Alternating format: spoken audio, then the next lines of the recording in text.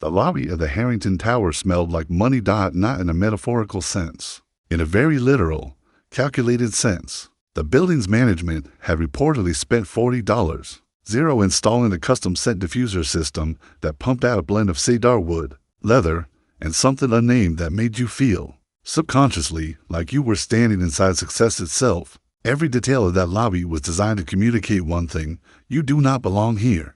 Unless you are someone. The marble floors were so polished you could see your reflection in them. The chandeliers above were Italian crystal. The security guards wore suits, not uniforms. Even the potted plants, enormous, dark-leaf tropical things, looked like they had personal trainers. So when 12-year-old Eli Cole pushed through the revolving glass door with his cracked sneakers, his too big army surplus jacket, and a cardboard portfolio held together with rubber bands and electrical tape, the entire lobby seemed to flinch. He didn't look homeless, exactly. He looked like a kid who had learned to carry dignity in spaces that weren't built for him. His face was clean. His eyes were sharp, almost unnervingly sharp. The kind of dark brown eyes that seemed to be calculating things 3 steps ahead of whatever conversation was happening. He walked with a quietness that wasn't timidity. It was more like focus. He approached the front desk. "Hi," he said. "I'm here to see Mr. Harrington. I have something important to show." Him, the receptionist, a polished woman in her 30s with the smile of someone who had professionally dismissed hundreds of people, looked at him the way you look at a cat that had somehow wandered into a Michelin-starred restaurant. "Do you have an appointment?" she asked, already knowing the answer. "No, but I've been trying to get one for 3 weeks. His assistant keeps hanging up." Eli set his cardboard portfolio on the desk with quiet confidence. "I need 5 minutes, honey." She said it the way people say honey when they mean child. "Mr. Harrington is one of the most important businessmen in the country. He doesn't take walk-in appointments from anyone." She let the pause do the heavy lifting. "Especially not from you." "I know who he is," Eli said. "That's why I'm here." A security guard materialized at his elbow with the speed of someone who had been watching since the moment Eli walked through the door. "Let's get you headed out." "Son, I'm not your son," Eli said. Not rudely, just factually. He picked up his portfolio. "Can I leave this for him? It's important. Really important." "I'm sure it is," the guard said, and the patronizing warmth in his voice was almost worse than cruelty. He steered Eli gently but firmly toward the door, and that might have been the end of it. Just another invisible kid bounced from another gleaming lobby, except that at that exact moment, the elevator doors opened. Marcus Harrington did not usually cross his own lobby. He had a private entrance, a private elevator, a private everything. That was the point of being worth $3.4 billion. But today he'd come down personally to escort a Japanese investment delegation upstairs. And now they were all standing near the reception area in a cluster of expensive suits, waiting for a car. Harrington was 61, silver-haired, and built like someone who had once been athletic and still maintained the silhouette. Even though the muscle had shifted into something softer and more authoritative, he had the particular confidence of a man who had never once, in the last 30 years, walked into a room and wondered if he belonged there. He noticed the kid being walked out. Under normal circumstances, he wouldn't have thought twice. But something about the cardboard portfolio and the way the kid carried it, with such absolute seriousness, caught his eye. He was in a good mood. The Japanese deal was nearly closed. He felt magnanimous. "What's this?" he said, the way a king might gesture at an amusing anomaly in his court. The security guard turned. "Nothing, sir. Just a walk-in. Taking care of it, hey?" Harrington looked at Eli directly. "What's in the folder, kid?" Eli stopped. He turned around slowly, and for a moment he just looked at Harrington, assessed him, almost, with those calculating dark eyes. Then he said, clearly, "Financial projections. For Harrington Industries, I think your Q3 numbers are going to be a disaster, and I know why." The lobby went very quiet. Then Marcus Harrington laughed. It wasn't a brief chuckle. It was a full, chest-deep, head-back laugh, the kind that invites other people to join in. That says, "Can you believe this?" And they did join in. The investment delegation smiled politely. The receptionist covered her mouth. Even the security guard let out a breath of amusement. "The disaster," Harrington repeated, savoring the word. "You know what, kid, I like the confidence." He looked back at his guest with a grin. "Where'd you come from? What school do you go to?" "I don't currently go to school," Eli said. The simplicity of it landed harder than any elaboration could have. I live at the Millbrook shelter on 9th Avenue. The laughing stopped. Not because people felt bad. Not immediately. It stopped because the information was unexpected, and in that half-second gap, Harrington made a choice. The wrong one. Well, he said, smiling at his guest again, performing generosity while delivering its opposite. Maybe instead of worrying about my Q3 reports, you should be worrying about your own situation. He looked back at Eli. Whoever's been giving you finance lessons, kid, that's probably not the best use of your time. Given your circumstances, he said circumstances with surgical precision, not cruel enough to be called cruel, just precise enough to remind everyone in the room, including Eli, exactly where each of them stood. One of the delegation members whispered something to another. A small smile passed between them. Eli stood very still. I understand, he said quietly, and then, before the guard could start moving again, he looked directly at Marcus Harrington and said 5 words with the calm certainty of someone reading a weather forecast. Your Singapore deal is going to fail. Harrington's smile didn't disappear. It just recalibrated. Excuse me? The Meridian Infrastructure Partnership, Eli said. The one you've been building for 14 months. Singapore. You're planning to announce it in Q3. I'm guessing the press release is already drafted. But it's going to collapse. And when it does, it's going to take your Southeast Asia expansion with it, which is currently propping up about 18% of your forward valuation. He paused. That's why Q3 is going to be bad. The lobby was so silent now you could hear the scent diffusers breathing. Harrington stared at him. How do you know about Meridian? It's in the public record, if you know where to look. Meridian's subsidiary filed a quiet amendment with Singapore's ACRA 3 weeks ago. It's a regulatory database, publicly accessible. They reclassified their infrastructure investment category. It's a small change, 1 paragraph in a document that nobody reads. But it means they're repositioning away from foreign partnerships. Eli said it the way a professor explains something to an attentive class. They're not going to tell you officially for another few weeks. They're probably going to blame market conditions. But they've already made the decision. Nobody spoke. I also found a pattern in Harrington Industries' past partnerships. Eli continued, and now he unzipped the portfolio and drew out a single hand-drawn chart. Careful, precise, rendered in colored pen on graph paper. When your company enters agreements with firms that have recently undergone internal reclassification, the deal fails within 6 months. About 80% of the time. You've done this 11 times. I went through 11 years of your annual reports. He held out the chart. Harrington didn't take it immediately. One of the Japanese delegation members, the older one, the one who had been silent until now, stepped forward and looked at the chart. He said something quietly in Japanese. The translator beside him went very still, then murmured a translation to no one in particular. What he said was, "He's right about the ACRA filing." We saw it to Dot. Harrington looked at his guests. Something shifted behind his eyes. How old are you? He said to Eli, 12, and you've been living at Millbrook Shelter for about 8 months. And you put together, Harrington gestured at the portfolio, all of this, on your own. I used the public library on Delaney Street. They have good internet access, and the librarian, Ms. Okafor, let me use the back room when it got too noisy out front. Eli finally lowered the chart. I also have projections for your domestic logistics division, if you want them. Those are less urgent, but still interesting. A beat. Less urgent. Harrington repeated.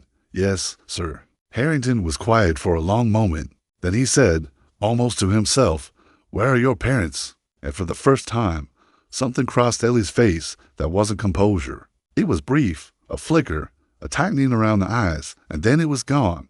My mother passed 2 years ago. My father, I don't know where he is. He said it simply. The way you state a fact you have learned to live with. I've been managing.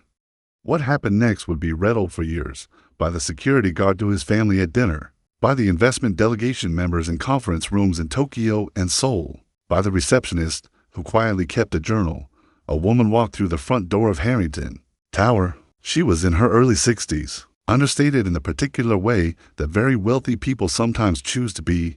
No flashy logos, no performance of status, gray-streaked hair pulled back, wire-rimmed glasses, a plain coat that had cost more than most people's monthly rent, though you'd never know it from looking. She stopped when she saw Eli. She pressed one hand briefly over her mouth. Then she said, Eli. The boy turned around, and for the second time in 5 minutes, something moved across his face, but this time it wasn't grief. It was confusion. Deep, genuine confusion. Dr. Voss, he said. The woman crossed the lobby quickly. She was not looking at Harrington. She was not looking at the delegation or the staff or the marble floors. She was looking only at the boy. The way you look at something you thought you lost. I've been looking for you for 6 months, she said, since you left the program. She turned to the security guard, then to Harrington. With the quiet authority of someone unaccustomed to explaining herself, my name is Dr. Renata Voss. I run the Meridian Foundation, the educational research group, not the infrastructure firm. A brief, meaningful glance at Harrington. Eli was part of our advanced cognition initiative, one of 3 children in the country selected based on aptitude assessments. Harrington stared at her. What kind of aptitude? The kind that doesn't fit neatly on a standardized test. Dr. Voss looked at Eli. His processing of complex financial and systemic data is, we published a paper about it. Actually, though we protected his identity. He was 9 when we first assessed him. At that point, he was already reading academic economics, journals for pleasure. I like the graphs, Eli said quietly. He was with our program for 2 years. When his mother became ill, he withdrew. After she passed, Dr. Voss stopped. We lost track of him. The shelter system doesn't always. She stopped again. I've been looking. The lobby had become, by this point, something closer to a held breath than a room. Marcus Harrington looked at the boy in front of him. The boy with the cracked sneakers and the cardboard portfolio, held together with electrical tape. The boy he had laughed at in front of an audience 7 minutes ago. The boy who had, quietly, without drama, without even raising his voice, just potentially saved him from a $200 million mistake. And Harrington, to his credit, or perhaps to the credit of whatever part of him had not yet been fully insulated by wealth, felt something he hadn't felt in a long time. Shame. Real shame. The specific, bracing kind that doesn't come from being caught doing something wrong. It comes from seeing yourself do it, from watching yourself perform cruelty and call it wit, and realizing that there was an audience who saw exactly what it was. He looked at the chart still in Ellie's hand. You said you had projections for the domestic logistics division too, he said. His voice was different now, quieter, less urgent, but interesting. Eli looked at him steadily. Yes, I'd like to see them. Okay, upstairs. Harrington glanced at his assistant. Clear my 11 o'clock. He looked at Dr. Voss. You too, if you're willing. Then he looked back at Eli one more time. At whatever calculation he was running behind, his eyes arrived at a decision. And get someone to bring this kid a decent breakfast, please. The meeting lasted 3 hours. It was supposed to be 30 minutes. Then an hour. Then Harrington's assistant stopped rescheduling things and simply began canceling them. Because it became apparent, to her, to the 2 senior analysts Harrington had called in, to the head of his Southeast Asia division who joined via video call and went very pale at the mention of the ACRA amendment. That something significant was happening. Eli sat at a conference table on the 41st floor, still in his army surplus jacket, and walked them through it.